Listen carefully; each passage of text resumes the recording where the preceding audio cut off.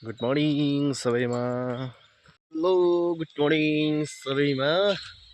अहिले भन्नुहोस् है, म चाहिँ नि गाइस कस्तो एक्साइटेड भएर गएको छु दोकान नि। कस्तो एक्साइटेड भएर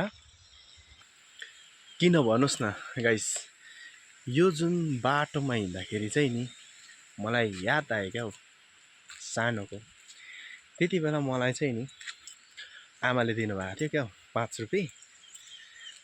यति साह्रो खुसी भएर म दोकान गएको थिएँ कि किन भन्नुहोस् न, त्यो 5 रुपियाँ पैसाले चाहिँ नि म 1 2 3 किन्छु अनि खान्छु।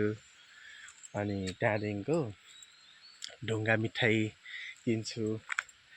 अनि सक्खर गुड हुन्छ नि, हो त्यो चाहिँ नि यस्तोमा लगाएर खान्थेँ क्या मैले बिस्तारै। त्यसको याद आयो क्या गाइस मलाई नि यो बाटोमा हिँड्दाखेरि नि। तर त्यो समयमा यो रोड त त्यस्तो थिएन, सानो थियो बाटो।